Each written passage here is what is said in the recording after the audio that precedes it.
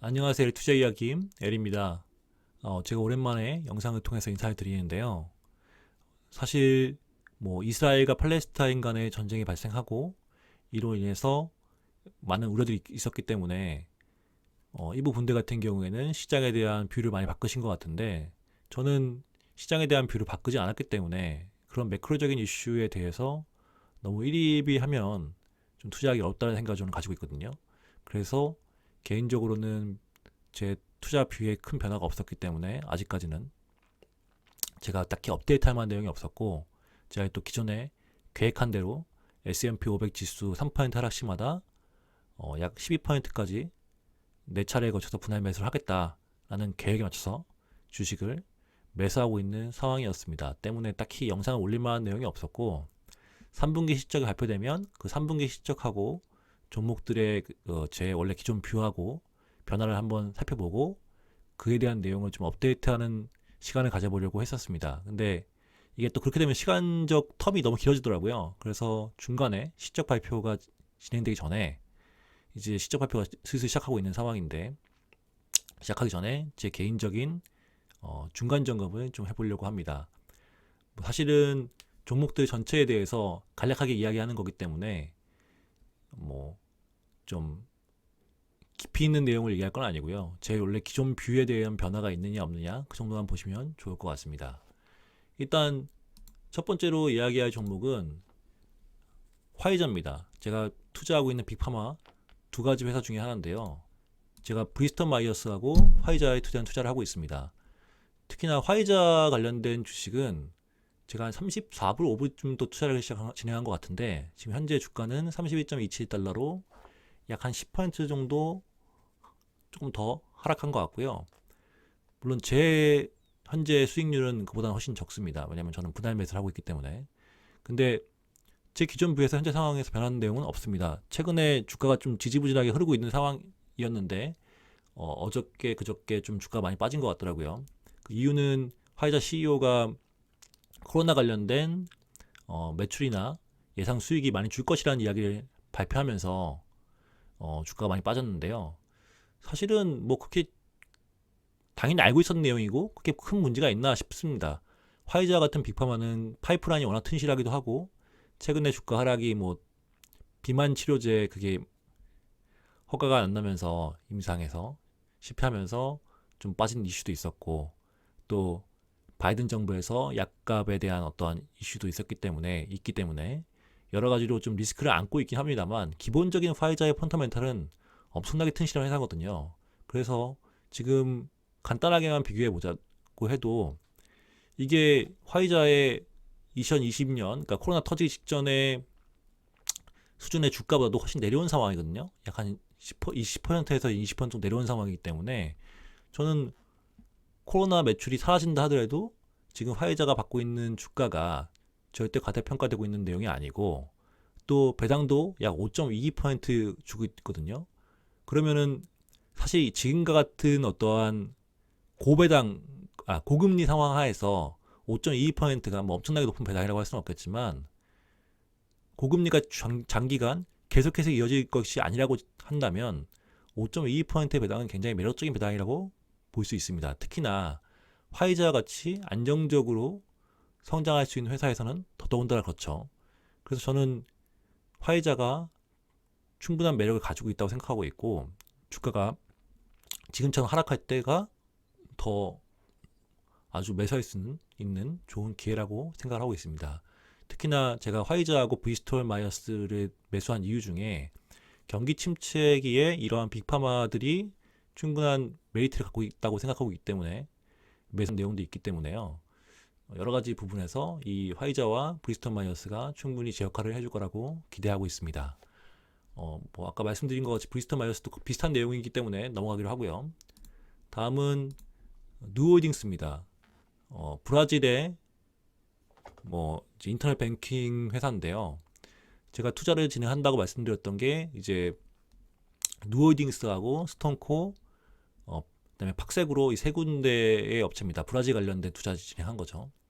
근데 그 중에서 지금 누홀딩스가 가장 적게 빠지고 지금 빠르게 주가를 회복한 상황입니다. 실제로 이제 누어딩스가 가장 큰 회사기도 하고요. 여러 가지로 인지도가 높기 때문에 그런 것도 있고, 지금 브라질 내부뿐만 아니라 콜롬비아라던가 멕시코 진출 자체가 성공적으로 진행되면서 주가가 좀 더 높은 평가를 받고 있는 것 같습니다. 특히나 이제 누어딩스 같은 경우는 오늘 발표된 내용인데, 모건 스탠리에서 PT를 11달러에서 16달러로 올리는 내용을 발표하면서 주가가 지금 한 3% 정도 오르고 있는 모양새인데요. 저 개인적으로는 사실 누어딩스가 굉장히 가파르게 성장하고 있는 것도 가파르게 성장하고 있는 것이고, 더더군다나 이 남미 쪽에서, 중남미 쪽에서 굉장히 큰 어떤 확장을 하면서 이 중남미를 잡아먹고 있다는 생각이 좀 가지고 있거든요. 그래서 현재 물론 어떤 분들은 이제 현재 PE가 굉장히 높기 때문에 고평가다 이렇게 말씀하시는 분도 있지만, 얘들은 덩치 대비해서 굉장히 높은 성장률을 보이고 있는 회사고, 이게 지금 현재 브라질 같은 경우는 전 세계에서 몇 없는 금리 인하를 계속해서 진행하고 있는 국가입니다. 지금 미국과 같이, 유럽이나 미국과 같이 금리를 계속해서 올리거나 올릴지 말릴지 간을 보는 게 아니라, 지금 벌써 0.5%에 걸쳐서 두 차례 인하를 했고, 계속해서 이러한 인하가 이루어질 거라고 기대되는 이제 나라기 때문에, 저는 현재 굉장히 달러 인덱스가 강한 상황인데, 이 부분만 조금 해소가 된다고 치면 브라질 헤어화 가치도 굉장히 좀 올라갈 것이고, 그리고 이 금리 인하에 대한 혜택을 누어딩스라던가 그다음에 마찬가지로 스톤코, 팍세그로가 볼 거라고 생각을 하고 있습니다. 다만 이제 제가 3분기 측에서 살펴볼 내용은, 스톤코라던가 팍세그로 같은 이제 회사들이 지금 좀 더 많은 퍼센테이지로 빠졌죠. 아무래도 좀 더 작은 회사기 때문에. 근데 실제로 실적이 잘 나오느냐, 3분기 실적이 이런 금리 인하, 브라질의 금리 인하 혜택을 잘 받을 수 있느냐, 그리고 받았느냐, 그걸 확인해 보면 지속 여부를 좀 판단할 수 있을 것 같고요. 만약에 그게 안 된다고 하면은 팍세그로하고 스톤코에 대한 투자를 뭐 중단해야 되겠죠. 근데 저는 개인적으로는 이 두 가지 회사가 모두 문제가 없을 거라고 생각을 하고 있습니다. 그래서 개인적으로는 뭐 당연히 누어딩스는 당연한 거고요. 그래서 누어딩스하고 스톤코, 팍세그로에 대해서 투자를 계속해서 이어나갈 생각입니다. 다만 제가 이제 3분기 실적에서 이 누어딩스가 잘 나오는 건 당연할 거라 생각하고 있고, 스톤코하고 팍세그로 역시도 잘 나올 걸 기대하고 있는데, 이러한 금리 인하에 대한 수혜를 얼마큼 받아들이냐, 이게 또 업체마다 그 수혜를 얼마 가져가냐가 달랐잖아요. 그래서 그 부분까지도 좀 살펴볼 것이다 라는 내용으로 좀 이해하시면 좋을 것 같습니다. 그리고 제가 또 투자하고 있는 회사가 이제 우리나라에서 고무 신발로 유명한 크록스입니다. 저는 뭐 사실 크록스에 대해서 굉장히 좀 긍정적으로 평가를 하고 있는 사람입니다. 사실 크록스가 지금 가진 밸류에이션이 약 7 정도 되는데요. 포워드 기준으로. 근데 성장을 못하는 회사가 아니거든요. 사실 이 7의 밸류를 받는다는 것은 PER을 여러 가지 요인들이 있지만, 물론 이제 크록스가 이제 부채도 좀 많고 이러한 요인들도 있습니다만, 그래도 멀티플 7이 받는다는 얘기는 더 이상 성장을 못하는 회사에서 받는 기준이거든요. 근데 이 크록스 같은 경우에는 계속해서 성장을 하고 있고, 특히나 이제 아시아권, 중국이라던가 특히 국내에서 굉장히 또 인기가 많죠. 이러한 아시아권에서 성장 여지가 충분히 남은 회사기 때문에, 나이키가 또 특히나 최근 실적 발표에서 재고를 많이 떨궜고, 이번 분기나 다음 분기 정도가 마지막 저점일 것이다 지금 예상하고 있는 상황이기 때문에, 크록스가 굉장히 좀 좋을 거라고 보고 있고요. 특히나 또 일부 분들 같은 경우는 헤이듀드의 성장성에 대해서 의문을 제기하고 있는 상황인데, 저는 그렇게 지금 벌써 의문을 제기할 상황은 아니라고 보고 있습니다. 특히나 사실은 헤이듀드의 성장성은 사실 미래에 얼마나 더 높게 크록스가 올라갈 수 있느냐를 이야기할 것이지, 지금 매출의 75% 이상이 크록스에 나오고 있는 상황에서 크록스가 잘 되고 있는데 사실 이렇게 주가가 빠질 내용은 전혀 아니라고 보고 있거든요. 그래서 저는 지금 현재 크록스가 저는 개인적으로 저평가받고 있다고 생각하고 있고, 사실 지수에 맞춰서 추가 매수를 하고 있는 상황이 합니다만, 크록스의 밴드를 제가 처음에 예상했을 때 영상을 보시면 아시겠지만, 저는 약 80대 초반에서 75달러까지 빠진다고 보고 있었거든요. 많이 빠지면 80대 초반, 아니 그리고 진짜 많이 빠진다고 했을 때 75달러 정도.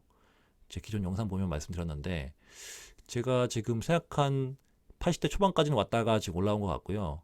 만약 70달러대가 와준다면 정말 좋은 기회라 생각하고 있지만 올지 모르겠습니다. 그리고 최근에 이제 숏 물량도 조금 한 10%까지 늘어났다가 일부 조금 회복한 모양새인데 이러한 숏 치신 분들이 나중에 숏 커버링 나오면 좀 더 크게 상승할 수도 있고요. 근데 다만 제가 지금 크록스에 대해 기대하는 거에 대해서 뭐 크록스뿐만 아니라 제가 투자하고 있는 회사에 대해서 다 마찬가지입니다만 저는 굉장히 크게 단기간 내에 크록스가 상승할 거라고 생각하지는 않습니다. 좀 긴 텀으로 봐야 된다 생각하고 있고요. 물론 그 긴 텀이라는 게 몇 년을 본다 이런 얘기는 아니고 이번 분기에 뭐 실적이 나와서 많이 올라갈 수 있지만 이번 분기에 뭐 오른다고 했을 때 150달러, 200달러 이번 분기 실적 가지고 올라간다 이런 생각을 하고 있는 건 아니고요. 조금 더 여유 있게 한 다음 분기, 다다음 분기 정도까지 보고 대충 한 1년 정도 사이클로 투자를 보고 있는 상황이기 때문에 그 흐름에 맞춰서 또 실적 변화와 어떤 경기 상황을 보고 투자를 계속 이어갈지 중간에 중단할지는 그때 가서 판단하는 것이 좀 옳다고 보고 있습니다. 어쨌든 저는 크록스에 대해서 굉장히 긍정적으로 보고 있고 투자를 진행하고 있는 상황입니다. 그리고 제가 투자하고 있는 메모리 반도체 회사인 마이크론이 지금 현재 68.17달러에 위치하고 있고요. 제가 대충 63달러 이때쯤 투자했던 것 같은데 제가 투자 시작했던 것 같은데 지금 투자에서 수익을 거두고 있는 회사들이 누홀딩스라던가 마이크론, 램버스 뭐 이런 회사들이거든요. 근데 지금 현재 마이크론 같은 경우에는 대충 한 10% 정도 수익 중인데 이게 경기 사이클상에서 반도체 사이클 자체, 메모리 반도체 사이클 자체가 저는 개인적으로도 판단하기에는 대충 한 3분기, 그러니까 이번 분기 지금 발표 나왔고 얼마 전에 4분기 정도쯤 바닥을 지금 보고 있거든요. 근데 4분기에 바닥이 나온다고 치면 저는 만약에 미국이 내년에 이제 경기 침체가 이제 바로 크게 온다면 내용이 달라지겠지만 경기 침체가 크게 오지 않는다는 전제 하에서 이 마이크론과 같은 메모리 반도체가 크게 다시 상승할 거라고 저는 보고 있습니다. 특히나 이제 내년 한 2분기, 3분기부터는 HBM 매출이 마이크론이 잘 잡힐 거라 보고 있기 때문에 더운다거나 더 좋은 모양새를 띌 거라고 이제 기대하고 있고요. 그래서 마이크론 같은 경우에는 저 개인적으로는 경기 침체 여부에 따라서만 매도일주를 결정할 것 같고요. 경기 침체가 없다면 계속해서 투자를 이어가야 할 것 같습니다. 그리고 뭐 연관돼서 간략하게 이야기 드리자면 램버스가 제가 투자하고 있는 종목 중에 하나인데 램버스는 대충 제가 50달러쯤 매수 진행했던 것 같은데 지금 현재 57.90달러고요. 이 램버스 같은 경우에는 당연히 잘 아시겠지만 이 HBM의 수혜를 가장 크게 볼 수 있는 회사인데 실제로 HBM이 그리고 DDR5가 본격화된 시점을 저는 개인적으로 내년으로 보고 있거든요. 그래서 램버스가 지금 그 내년에 볼 수익에 대한 내용을 주가에서 땡겨 받은 것 같은데 내년에 추가적인 뭐 경기 침체가 없다면 한 번 더 점프할 수 있는 부분이 있다고 생각하고 있기 때문에 램버스에 대한 투자도 이어나갈 생각입니다. 그리고 제가 투자하고 있는 종목 중에서 가장 크게 지금 물려있는 종목인 시리미티드 같은 경우에는 현재 45.19달러인데요. 대충 제가 한 50 몇 달러쯤 50 몇 달러? 이때쯤 매수했던 것 같은데 실적 발표 이후에 크게 하락한 상황입니다. 저 개인적으로는 이제 시리미티드 같은 경우에는 1차 매수 이후에 매수를 하지 않았고요. 저번에 말씀드렸던 것 같이 다만 이제 이번 분기 실적에서 얘들이 과연 매출 성장과 이익 성장을 동시에 달성할 수 있느냐 여부를 보고 이번 분기 다음 분기 지켜보고 그게 해소된다면 그때 다시 투자를 재개할 생각입니다. 그리고 이제 새롭게 SC 리미티드 대신해서 투자를 진행한 종목이 리얼티 인컴입니다. 저는 뭐 리얼티 인컴에 대해서 이 부동산처럼 생각을 하고 있고요. 부동산 투자처럼 49.91달러 지금 위치하고 있는데 저는 50달러 초반에 매수 진행했고 지금 이제 분할 매수를 진행하고 있는 상황인데 이 현재 리얼티컴이 제공하고 있는 6.16%의 배당도 굉장히 많이 들고 주가 역시도 현재 주가라고 한다면 그렇게 크게 리스크가 있다고 보지 않기 때문에 이제 분할 매수하기 아주 좋은 시점이라 생각해서 매수를 진행하고 있는 상황입니다. 특히나 상업용 부동산에 대한 얘기가 굉장히 많은데 이제 리얼티 인컴이 집중하고 있는 분야가 물론 오피스도 일부 있지만 오피스가 그렇게 많은 포지션을 차지하고 있지 않고 또 리얼티 인컴의 고객들이 실제 좀 굉장히 튼실한 회사고 또 경기 침체기에 그렇게 리스크가 뭐 없다고 말씀은 없습니다만 상대적으로 좀 덜한 부분이 있기 때문에 저는 투자하는데 그렇게 문제가 없다 생각하고 있고요. 계속해서 주가가 하락할 때마다 투자를 이어나갈 생각입니다. 대충 제가 지금 투자하고 있는 종목들에 대한 점검을 다시 한번 한 것 같은데요. 이 종목들에 대해서 이제 실적 발표가 진행되면 실적 발표 내용을 조금 이제 세분화해서 종목별로 제가 지금 간략하게만 이야기하다 보니까 종목들에 대해서 자세한 디테일이 없었는데 좀 실적 발표 내용 가지고 이야기할 때는 조금 더 자세하게 제 생각을 이야기해 보도록 하겠습니다. 그리고 추가적으로 말씀드리자면 TAT 이제 저 투자하고 있는데 채권에 대해서 제가 이제 이 TAT 관련해서 투자하고 있는 내용은 제가 원래 한 5분할로 매수를 진행하려고 했었는데 어저께 4분할 네 번째 매수를 진행했고요. 마지막 다섯 번째 매수를 좀 아껴놓고 있는 상황입니다. 그리고 하나만 더 말씀드리자면 저는 제 현재 포트폴리오 기준 상황에서 이제 이 기존에 말씀드린 거와 동일한 상황입니다. 다만 이제 주가 변동에 따라서 비중이 조금씩 달라지고 있습니다만 저는 이제 장기 투자 종목이 약 30% 정도를 제가 가지고 있고요. 그리고 제가 오늘 말씀드린 약 11개 종목에 대해서 50% 그러니까 40% 정도 비중을 가지고 투자를 진행할 생각입니다. 분할 매수 다 해서 완료되면 40%를 채울 생각이었는데 아직 다 하지 못한 상황이고요. 그리고 TAT하고 현금을 가지고 30% 정도를 운영할 생각을 가지고 있습니다. 이 부분 참고하시고 여러분들 투자에 참고하시면 좋을 것 같습니다. 그리고 항상 말씀드리지만 저는 제 투자에 대해서 소개해 드리는 거니까 참고만 하시고요. 실제 투자는 여러분들께서 공부를 하셔서 여러분들 스스로 판단하에 투자 진행하시면 좋을 것 같습니다. 오늘 좀 간략하게 제 포트폴리오에 대한 중간 점검을 했는데요. 오늘도 영상 봐주셔서 감사하고 좋은 하루 되시기 바랍니다.